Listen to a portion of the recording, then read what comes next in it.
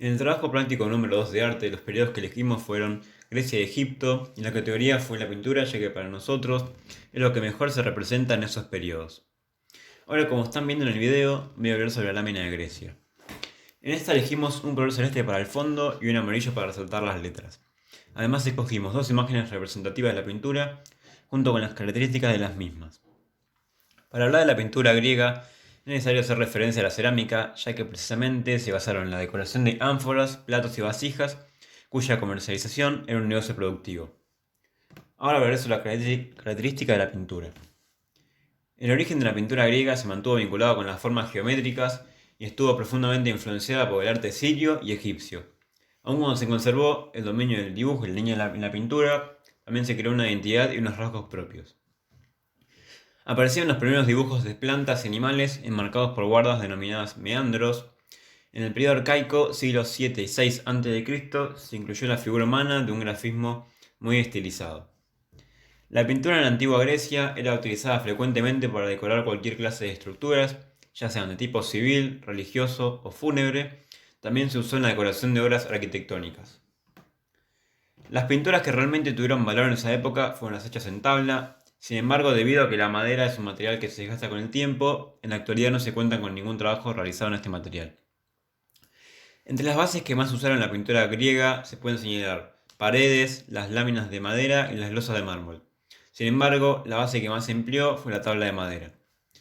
En cuanto a la gama de colores que los artistas griegos seleccionaban con frecuencia, se encuentran el amarillo, el blanco, el azul, el rojo, el negro, el púrpura, el verde y el marrón. Los pintores griegos se distinguieron por expresar en sus obras figuras de escenas mitológicas, batallas históricas y leyendas.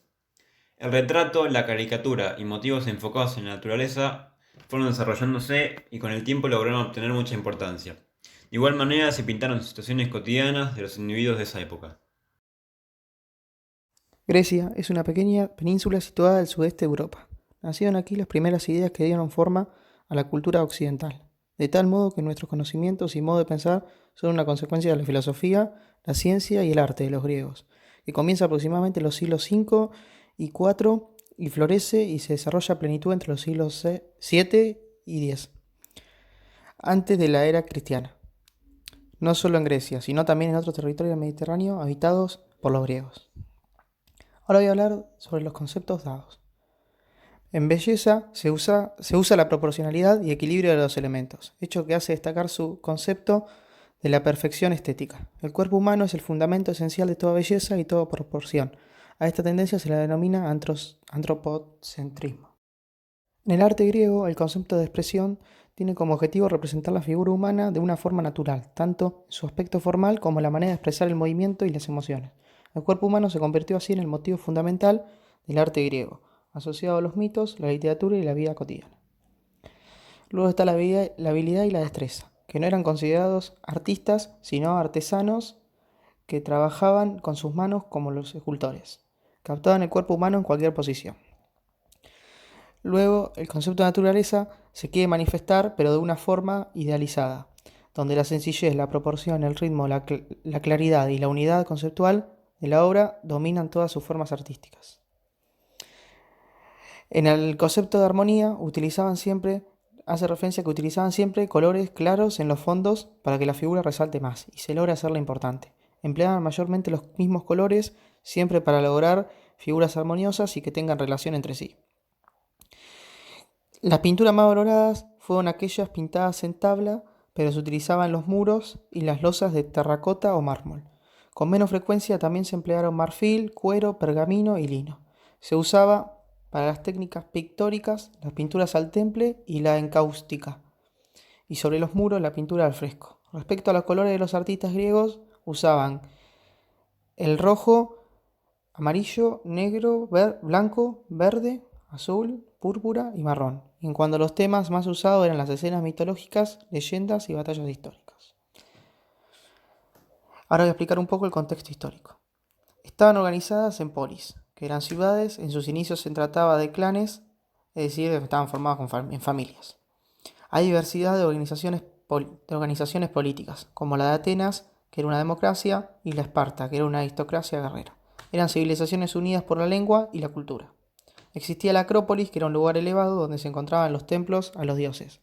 Alrededor de la Acrópolis se encontraba el territorio urbano en el que se ubicaban los edificios administrativos, vivienda y la Plaza Agora. Por fuera se encontraba un espacio rural que incluye pequeñas aldeas. También había un necrópolis, que era un cementerio en las afueras de la ciudad. Ahora voy a hablar sobre la lámina de Egipto. Para esta escogimos un color rojo oscuro para el fondo y un amarillo claro para resaltar el título. Además elegimos 3 imágenes de pintura sobre papiros que realizaron egipcios junto con las características más importantes. En primer lugar hablaré sobre la categoría que elegimos, que fue la pintura. En Egipto la pintura fue muy representativa y bien vista en el aspecto simbólico y religioso. Se utilizaba para decorar las paredes de templos y tumbas, así como para ilustrar papiros. Utilizaban una técnica denominada pictórica, ya que fue un precedente de la pintura al fresco o témpera. Hacían de los pigmentos naturales, extraídos de tierras de diferentes colores, una pasta de color que mezclaban con barro y disolvían con agua para poder aplicarlo en los muros. Como podemos observar en las imágenes, para los antiguos egipcios el papiro tenía un enorme valor e importancia, ya que este ayudó a transformar a esta sociedad de formas diversas. Cuando la tecnología de la fabricación del papiro se fue desarrollando, se mantuvo en secreto su forma de producción para que Egipto fuese el único lugar en el mundo donde se lo realizara. Se estima que el primer papiro usado en Egipto fue en los 4000 años antes de Cristo. El papiro se elabora con la planta Cyperus, la cual siempre ha crecido a orillas del río Nilo, ofreciendo a los egipcios las materias primas necesarias para realizar este papel, como así también embarcaciones, cuerdas y cestas, ya que sus hojas y troncos son sumamente versátiles. Fue entonces que el antiguo Egipto se convirtió en el país más importante exportador de papiro del mundo.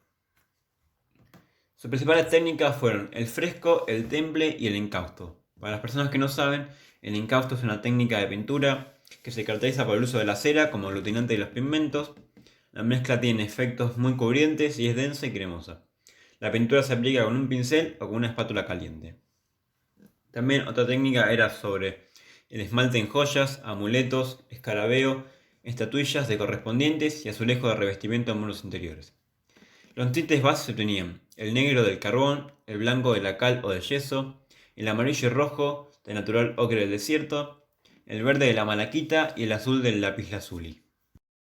Ahora veré sobre las características que pusimos en la lámina. En primer lugar, la temática era muy variada y oscilaba entre las representaciones religiosas de carácter simbólico y las escenas en la vida cotidiana ejecutadas con gran realismo. Hay numerosas representaciones de plantas y animales. También los personajes de mayor importancia, como eran el faraón o los sacerdotes, se pintaban en mayor tamaño que los de menor categoría. Llenaban los espacios vacíos con escritura, utilizaban una gran diferenciación de los colores para distinguir a los personajes que pintaban.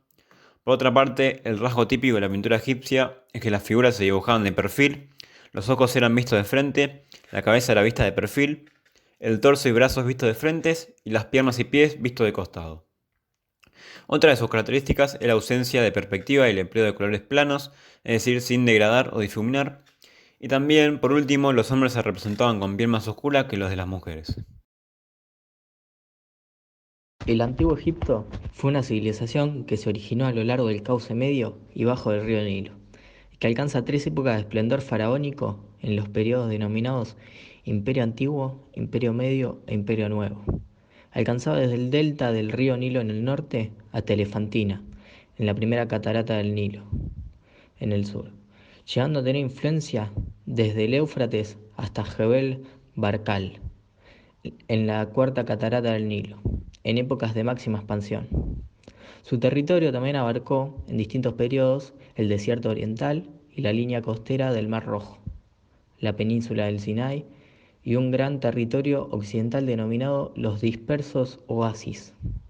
Históricamente fue dividido en Alto y Bajo Egipto, al sur y al norte respectivamente. En las pinturas del antiguo Egipto predominaban las figuras representadas de perfil. Usualmente eran representadas las extremidades y la cabeza, pero en contraste los ojos y los hombros se representaban de frente. Estas figuras se pueden encontrar en las paredes de las tumbas o papiros, pero principalmente se realizaban en los muros de los templos. Egipto fue una civilización que además de utilizar la pintura, también se utilizaba la escultura, el arte y la arquitectura, para transmitir un conjunto de mensajes cargados de religiosidad y simbolismo. El arte egipcio contó con un estilo estético, geométrico, colorido y que hasta el día de hoy resulta único y característico. Los artistas debían estar completamente al servicio de los faraones, sacerdotes o miembros de la clase alta. Además, no se valoraba la capacidad creativa de los mismos, sino que simplemente la rapidez y la calidad de su obra, sin tener ningún tipo de autonomía, siendo más que artistas, artesanos. En las pinturas que ellos hacían, se representa la vida cotidiana y la naturaleza, para que ambas puedan ser recreadas en la otra vida, en el Aru. Las pinturas se creaban con pigmentos naturales, con diferentes colores extraídos de la tierra que mezclaban con barro y luego diluían con agua. De esta manera aplicaban la pintura en los muros que revestían luego con una capa de yeso. Con esta técnica se creaban pinturas cargadas de religiosidad y simbolismo, que transmitían también un mensaje o un conjunto de mensajes, con esta finalidad de conseguir el favor de los dioses que adoraban y alcanzar la vida eterna, entre otras cosas. La técnica que utilizaban mayormente era la pintura al fresco. Después se comenzó a utilizar el temple. El color no era su objeto principal, predominó mucho más el dibujo sobre el color. Se trataban de dibujos con contornos gruesos en negro, que eran rellenos con una paleta de colores poco variada, la cual contenía colores amarillos, rojos, ocres, azules y verdes. En la pintura las temáticas eran libres. Se representaban escenas de la vida cotidiana como trabajos agrícolas, de ganadería, también fiestas, danzas o psicotaxis, que se trata del acto de valoración del alma mediante el pasaje, ya que querían que la persona difunta disfrutara de otra vida y lo que tenía en su vida terrenal. El contexto en el que se vivía en el antiguo Egipto era su organización política básicamente se centraba en el poder en el faraón, era el soberano absoluto. Y la organización social que tenían era una estructura jerárquica que desplegaba en forma de pirámide. En el primer escalón se encontraban el faraón y la familia real. En la parte inferior se encontraban los artesanos, agricultores y esclavos. El grupo social que tenía vínculos en la alta jerarquía era el que gozaba de estatus social y acceso a los poderes económicos. Sin embargo, solo una minoría de campesinos y cultivadores lograba subir económicamente y lograban destinar fondos para la educación de sus hijos en las escuelas, que eran dirigidas por eclesiásticos, agricultores y artesanos. Los alumnos que lograban leer y escribir podrían llegar a ser escribas y de esta forma poder obtener un cargo en el gobierno.